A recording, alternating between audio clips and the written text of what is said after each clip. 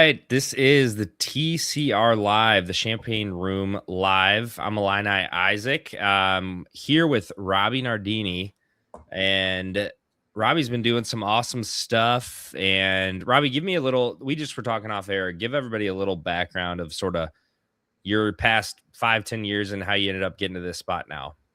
Yeah. Thanks for having me on, Isaac. I know I've been dodging you a little bit. I've been meaning to come on for many weeks now, but hasn't really happened. So happy to be on. Obviously, a big game coming up. No better time than right now to come on. And yeah, I graduated from University of Illinois in 2020. Was a student manager for the basketball team under Brad Underwood for 2 years. I did do the girls team for a year before then, and was a really great opportunity for me. Worked really hard, of course, being a manager, but unfortunately the season got cut short. But it was a really good opportunity for me. Got to go to all the away games and all the practices and kind of dive deep into basketball there. Ultimately decided I wasn't going to go into it much.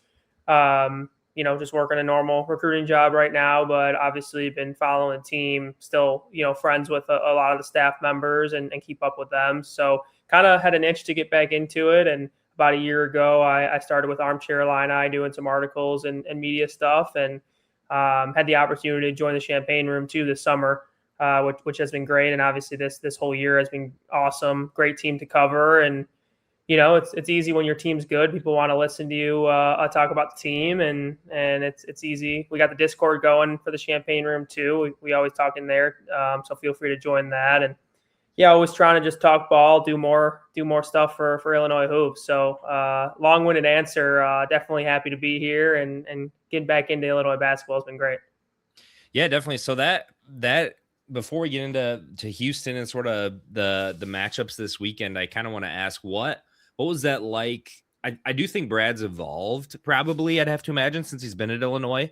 I'm sure a lot of his roots are still the same, but for somebody that was kind of on the inside for a couple of years, sort of what was he like to work for, and sort of what was it like seeing the everyday guys from the inside? Yeah, Brad's awesome. I got nothing but good things to say. He comes off as a really angry guy. In those videos you see or when you're watching the game, screaming at people. He's obviously a really, really hard coach, and he still is that way, and he always will be that way. It's a little bit different than the normal. Nowadays you see with Izzo or even Kelvin Sampson or some old school guys that will yell at you like crazy and get you to respond. And he definitely does that in practice, but he is a really nice guy. He takes care of people that work for him. I think you could talk to people that work there now or are just a part of the university or just the community in general. He's a really good guy, gives back, and really cares about Illinois basketball too, which is the main thing for me. Me and you love Illinois basketball. If you're listening to this, you love Illinois basketball, and your head coach does too. So he's always been great to me. I was at practice in last December or before the bragging rights game, and hadn't seen him in forever. And he made sure to shake my hand, say nice to see you, and etc. So he takes care of his guys, and players respond to that type of coaching still. Believe it or not, he pushes them for a good reason, because he wants them to be great. And I think that goes a long way for this program. Yeah, I heard Izzo actually was talking about that today on Pardon My Take, about kind of how some guys do appreciate it, and he's got these relationship with these guys, and he talks to them, and they basically are like, yeah, I want to be coached like that. I want to be better. And I can see Brad. I do love to see how it does seem like he's adapted kind of from like, hey, I don't need to blow up all the time. Like I have it in my back pocket, but like these guys, they're pretty much professionals now. They can figure out probably when they need to turn it on and turn it off. But so then from a fan perspective, covering perspective, that sort of thing, what high level, what has your take been so far on this season? I know that obviously that'll probably change after, in the next 24, 48 hours, but high level, what have your thoughts been about this team? Sort of, did they meet your expectations, not meet your expectations? So sort of take that wherever you want. Yeah, I think they've met my expectations. I think beginning of the season, my goal usually is top 4 seed in the Big Ten, get that double bye or triple bye, I should say now, top 4 seed in the NCAA tournament. If you set yourself up as a top 4 seed in the NCAA tournament, you have a good chance of going to the second weekend and having this full week like we're having now to really celebrate this team. They get media. The program just overall increases popularity and just it's great to cover the team for this week with all the media and everything going on in the NCAA tournament. Nothing like it. And I think they've met expectations so far. Making the Sweet 16 for this team, I feel like is meeting expectations. I think if you beat Houston, you're going to be an underdog tomorrow in their city. Maybe if you're talking about, Texas, then, like Purdue, that's obviously a must-win game that determines how you're feeling about the season. But for me, you're an upset going in this game. I think winning this game would be exceeding expectations. Going to the Final Four is generational. People like myself and people that want to go to University of Illinois or, have kids that are, around my age when the 2005 team went, that those are the type of memories that kids make and fall in love with the program. So they make the Final Four. I mean, that is in any year, unless if you're the number one preseason ranked team, that's an amazing season, especially for a school like Illinois. You're not Kansas, North Carolina, Duke as much as we want to be. So I think we've met expectations, still want to take care of business tomorrow and get over that hump. And I think that's kind of the next step for this team, get into a Final Four for this program, Brad Underwood specifically. But making it the second weekend has exceeded or has met my expectations, and I'm happy about the season so far. Yeah, so you and I would have graduated college about like literally the same exact time. So it is kind of funny. Like I've been seeing a lot of Sweet 16 shirts and things online, and it's like, man, I feel like I want to pick one up because I haven't had a ton of opportunities to get one, even though, a lot of other programs would see Sweet 16 merch and laugh. But it's just, this whole week has just been pure bliss, sort of being like, hey, we're one of only 16 fan bases that get to enjoy, another 4 or 5 days of the college basketball season. So no, yeah, it's nothing to scoff at making it this far. So getting into Houston, you're a big basketball guy, big college basketball guy. I keep up with your stuff, and you have some awesome breakdowns, and you have you do Lock Mamba, or is that what it's called? Yeah. So you're much more in the X's and O's and things than me. So kind of give us a little bit on Houston, like what should Illinois fans expect? Like maybe you don't have to run through the whole scouting report, but just high level. Like I think people think Kelvin Sampson, like these Houston teams, they're super harsh defensively. So yeah, just high level. What should Illinois fans expect tomorrow night? Yeah, Houston's been really good for the past few years. You think about Kelvin Sampson and what he's done with that program. They were terrible when he went to that school, and they're selling out their arena. They're making the national championship game. They should have won the national championship last year. Unfortunately, they fell short to Florida.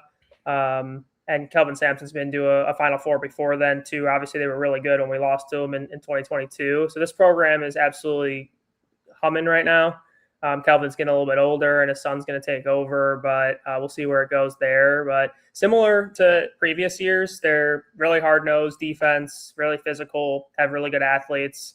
I think this year they have a couple freshmen that separate them in terms of it's a little bit different than what they're used to. Usually they have some senior guards, which they still do, but Kingston Flemings and Cenac are two top-ranked freshmen, both top 20 and 247 last year, and they kind of give them a new ceiling. They haven't been, I guess, as good as last year, which is a hard bar to achieve considering they lost the national championship game. And I do hear a lot of people saying, oh, Houston's not that good this year. Their offense isn't good. I mean, their offense is still 10 in KenPom. Maybe they're not a national championship level good, but they're still a damn good team, and Illinois is going to have to bring it.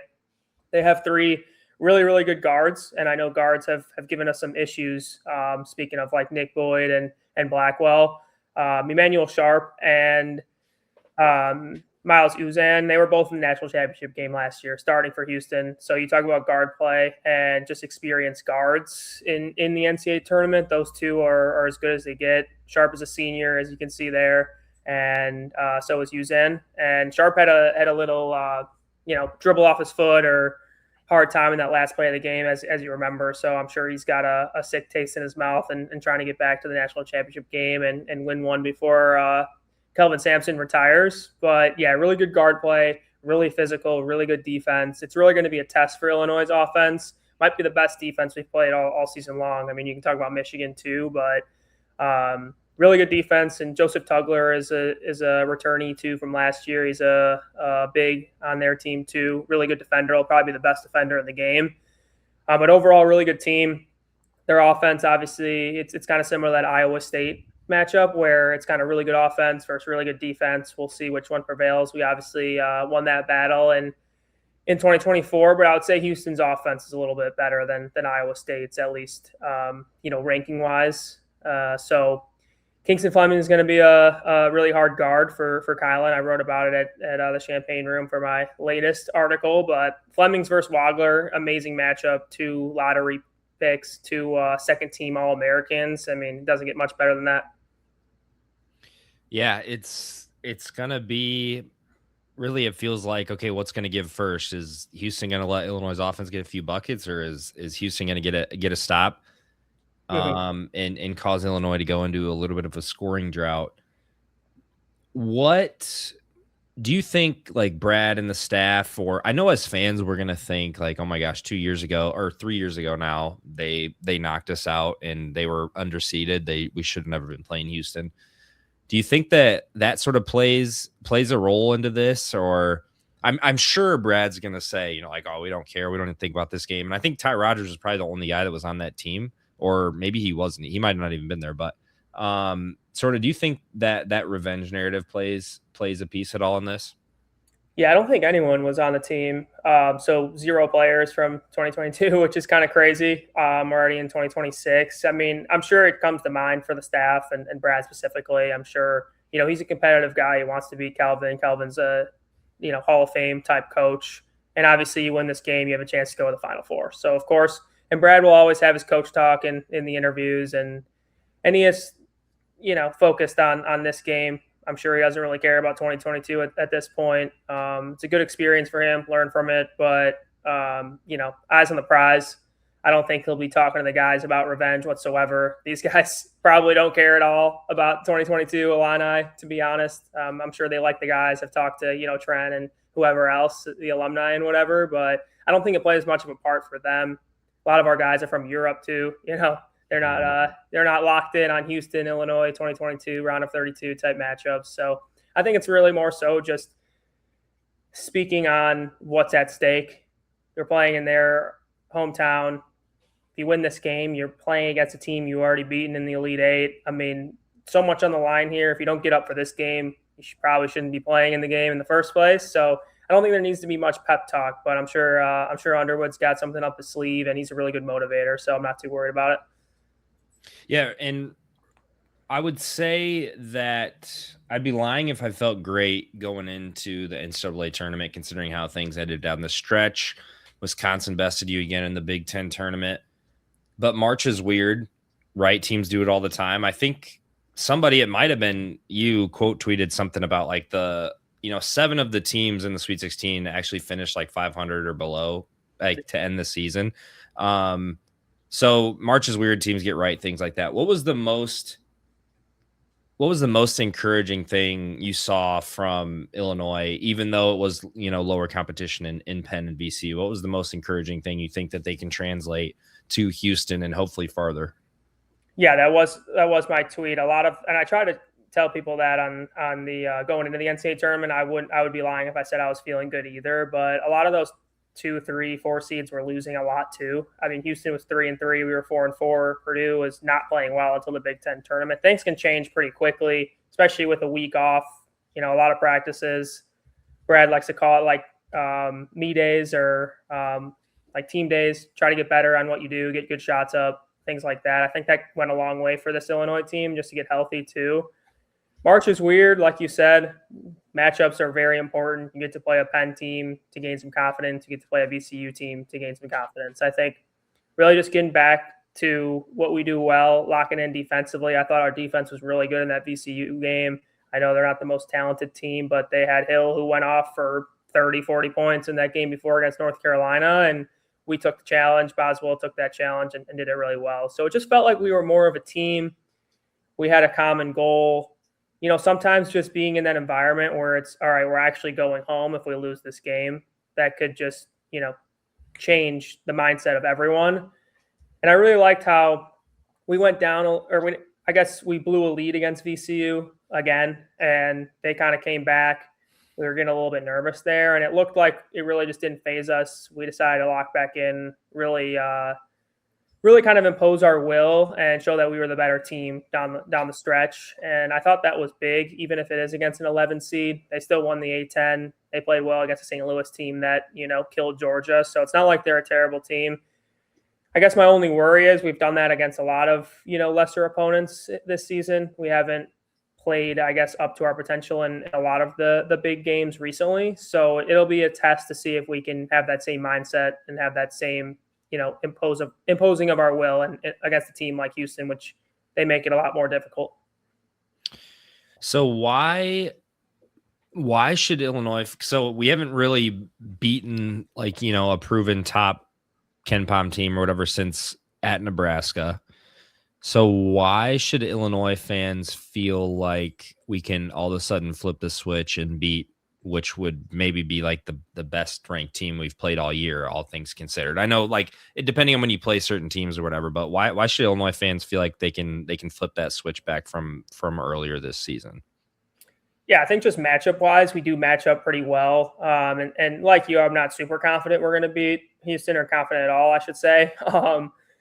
I guess I do lean a little bit more on the Houston side, unfortunately. But I think just our matchup wise, the things we do well, it kind of hurts Houston in that aspect. A lot of times, offensively, like we saw in 2024, a good offense could lead you very far in the NCAA tournament. You saw it in Texas. They're in the Sweet 16. Their defense is terrible, and they've just been really good offensively, and that's hard to prepare for in a 2-day or 4-day, even a week type span. In the Big Ten, it's there's so much film, there's so much scouting. You know exactly what other teams are going to do. It's sometimes hard to have a great offense because they know exactly what you're going to run, and we still had the number 1 or number 2 offensive efficiency at KenPom. And I think just getting out of that Big Ten, going to a different type team. Houston plays to our strengths a little bit. They're really bad at getting into the line. They let other teams get to the line too. So if we want to, win that free throw margin, win that rebounding margin, I think those are 2 things that we can win. If you look at all our games, if we lose the rebounding margin, we're probably going to lose. As crazy as it sounds, basketball is not rocket science. And especially you talk about that math equation that Tyler likes to talk about.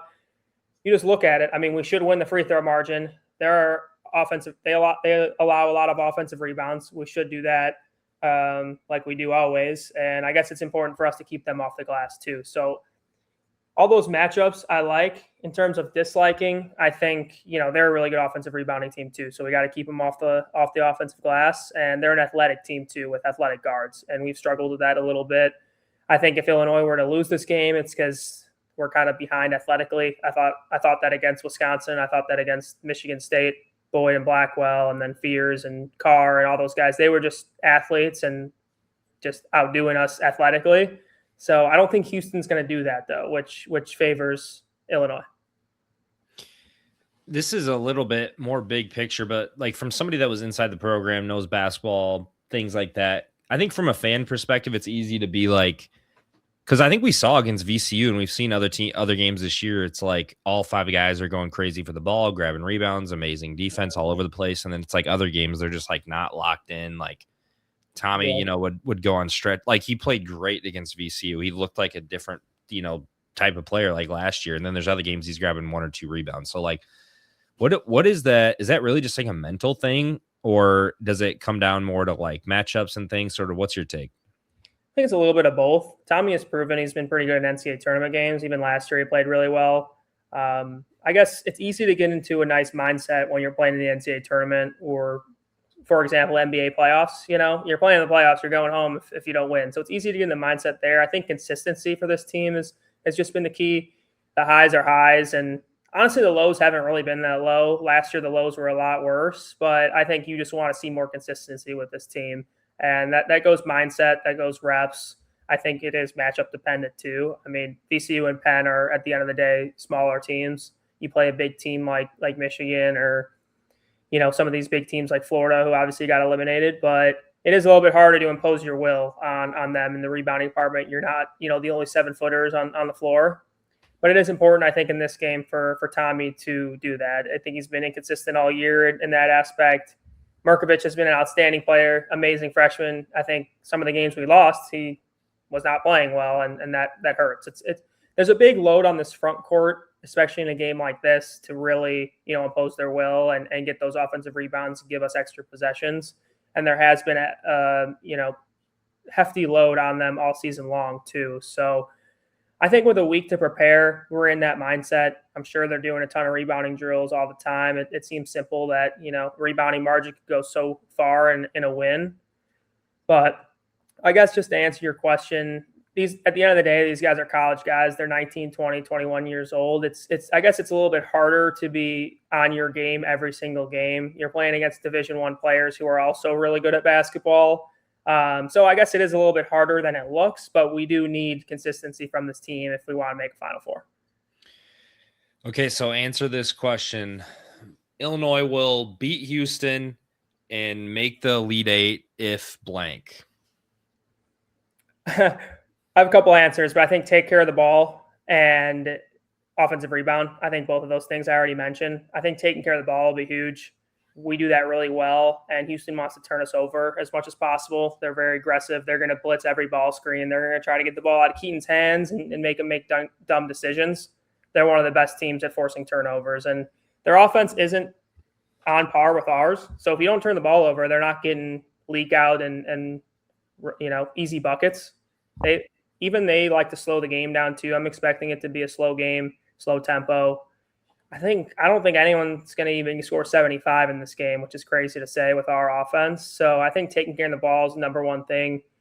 Don't let them get easy buckets. Make them score in our half court, which, obviously our half court defense isn't anything special, but their offense isn't either. So I guess taking care of the ball would be my number one thing. And then offensive rebounding too. They're not a great defensive rebounding team for once, which is rare in Houston. Even being a good offensive rebounding team, it doesn't really make sense. But I think those two things, Illinois can win and make the Elite Eight. So of all the things we've talked about the last 20 minutes or so, obviously Houston's a great team. What do you think will be if you had to pick one thing to say, like, this is why, you mentioned spoiler alert, you lean in Houston. The number one thing that gives you the most concern of all the things we've talked about is as to why Illinois will lose. Yeah, I kind of touched on it before, just Houston having three really good guards. Flemings is amazing, one of the fastest players, and just really gets to his mid-range jumper and just jumper overall, and is an athletic guard, highly ranked recruit, like I said. I think, Kylan could slow him down a little bit, but at the end of the day, they have two really other good guards too, and it kind of reminds me of like a Wisconsin-type matchup where their guards are just really good at scoring the basketball, and we have no answer for them. You try to go zone, try to do this, doesn't really work. I guess I'm just scared that these three guards are going to just do whatever they want. And Flemings is going to go off for 25. Sharp's going to have 17 and Uzan's going to have 15, that type of thing. Won't be like a 30 and 30 like Blackwell and Boyd. But I guess we just need an answer for those type of guys. An athletic guard, lottery pick. There's a reason why he's going to be in the lottery. He's hard to guard. So I'm not saying it's easy, but I think I'm scared in that aspect where they have three really good guards that could give us trouble defensively. I think obviously more than one person will have to play well for Illinois to win tomorrow. But if you had to pick one guy that's like the absolute X factor, if he plays bad, there's no chance. Who would you pick?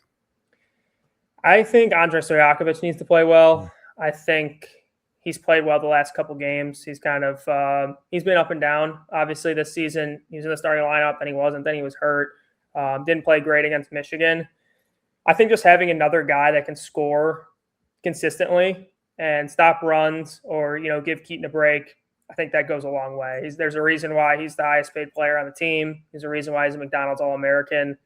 I think this is his time to really, show why he was highly rated and show why we wanted him so bad to come to Illinois.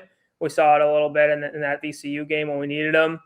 I think Keaton's a great player. Of course, he's going to be the number one option, but similar to Houston with those three guards, you need more than one guy to score off the dribble, get to the lane. I think he just gives us a new dynamic. If he's not playing well, it seems like we maybe shoot too many threes. And I think him getting to the rim opens up the rest of the offense. And if he plays well, I think that we could win the game. All right. So just one more quick one for you. Again, just high level. I think it's so interesting to get somebody that's been a part of the program. What is it that do you think has made Brad and staff so successful to be so consistent? Like you said, the lows this season really weren't that low. We really didn't lose to a sub 40 team or whatever it was. Whereas in the past, we would randomly drop a bad game to like a 75 ranked team in Champaign or something. Why do you think Brad has been so good at being so consistent and then obviously winning the most games of any Big Ten team and now getting to the second Sweet 16 in the last 3 years? What has he done that has made him such a consistent winner? Yeah, I think people talk about his recruiting a lot. I don't think people talk about the development they make as much, which kind of goes unnoticed. I think if you look at guys like, Andres Feliz, Georgie, Trent, like DeMonte, like I know DeMonte's not playing anymore, but there's a lot of pros that came through this program that were not highly ranked recruits. And you look at Keaton too. He was a 3-star recruit. I know there hasn't been like a ton of development just in this last year, but you look at these type of guys and you talk about how good of a recruiter is, but you don't really mention how good the development of these players has been. Coach O is a really good development guy.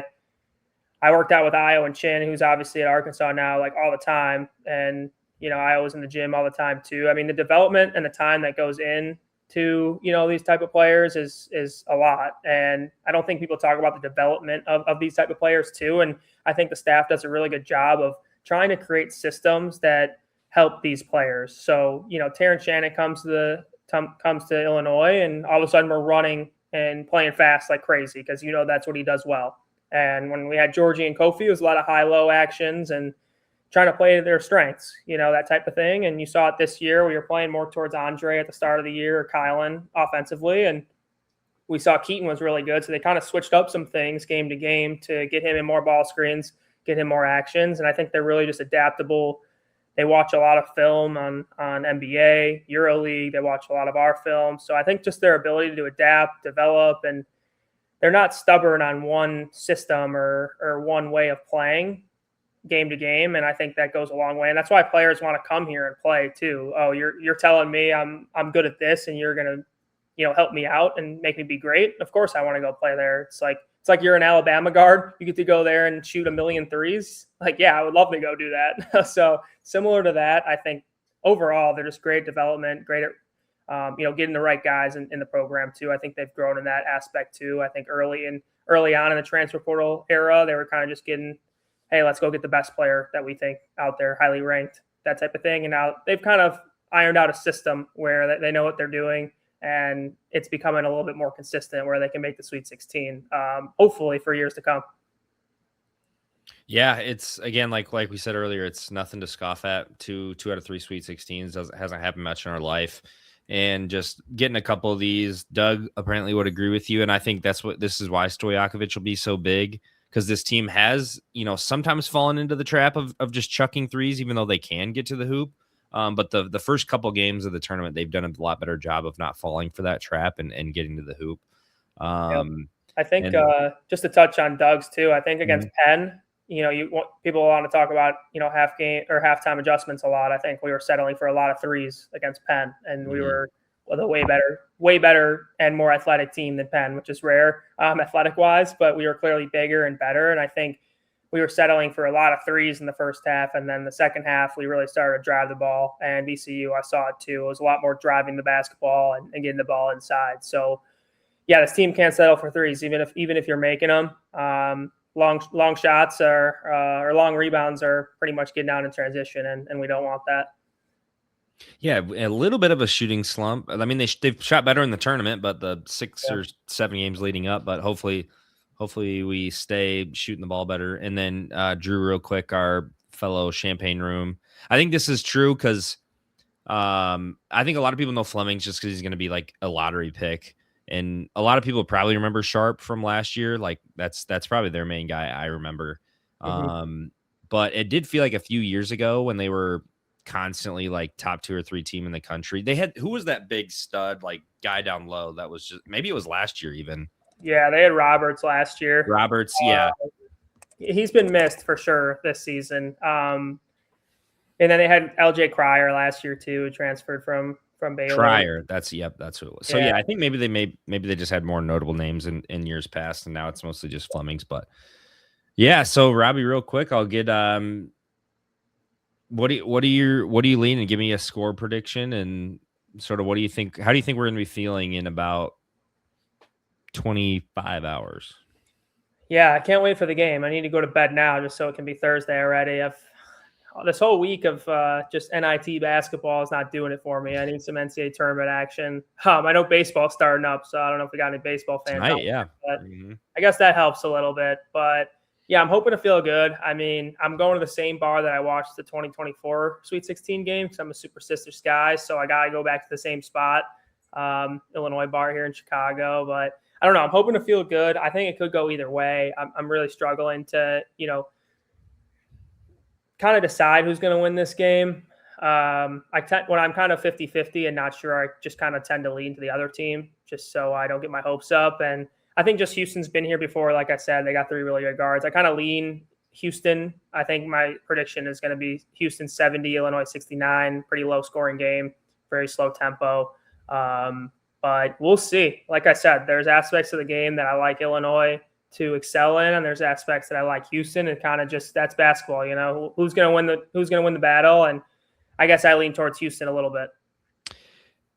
Yeah, no, I'm pretty superstitious too. So I usually have a couple pairs of socks I wear. Or there was a stretch this season I only watched games by myself because every time I felt like I watched it with somebody, it was when we would lose in overtime or something. So no, and I would tend to agree. I think I would have to lean Houston, mostly just because like a couple years ago, right, that team, they were playing so well down the stretch. It wasn't that far-fetched. I think they were going to beat the higher seed in Iowa State. This year it's like, yeah, you haven't had a chance the first 2 games to beat a team like ranked very high, but you just haven't been able to close out games against teams like on Houston's level. So that's why I would say, I think, yeah, you can come out and compete with them. But yeah, I'll lean Houston too, probably by a few points. Yeah, well, thanks so much, Robby, for joining. Where I know you're kind of all over the place. So real quick plug sort of where you're at, where people can find you. Yeah. Personal Twitter's at Robby Nardini, doing work with Armchair Illini as well as the Champaign room. So follow me there. Pretty much my personal accounts, like all Illinois stuff. And then I kind of got started in it. I was writing previews for Pickswise, just like gambling picks, like over-unders and different spreads or whatever, just getting back into it. And I kind of had like a different Twitter called Lock Mamba, and I do bracketology on that one too. I'm debating kind of just migrating both of them so people don't get confused, but I do Pickswise there, and then I do my bracketology there too, which is obviously over, but you can follow me there. I'm 28th in the bracket matrix after this year, my 3rd year in the matrix competition. So definitely a college basketball nerd. If you're a big college basketball guy, definitely hit me with the follow. And if you just want to talk Illinois hoops too, I'm probably tweeting every day, multiple hours a day, instead of doing my day job, on college basketball. So you can definitely follow me there. And, yeah, it's been great being on here. Definitely want to hop on again, doing great work here on the live. So definitely keep it up. Yeah, no, I appreciate it. This has been I mean, like I tend to, I'll get somewhat more into the X and O's, like, in my free time or like maybe in the summer. But during season, I kind of tend to be more fan. So it's been really cool to get your perspective and actually get more breakdowns on Houston and things like that. And yeah, we'll definitely have to do this again soon. Yeah, it's hard to believe. Tomorrow night's the game. Gonna need some Red Bull. And so I'm on Eastern time too. So the game doesn't start till 10:05. But yeah, well, awesome. Thanks so much, Robby. And thanks everybody for tuning in, and ILL.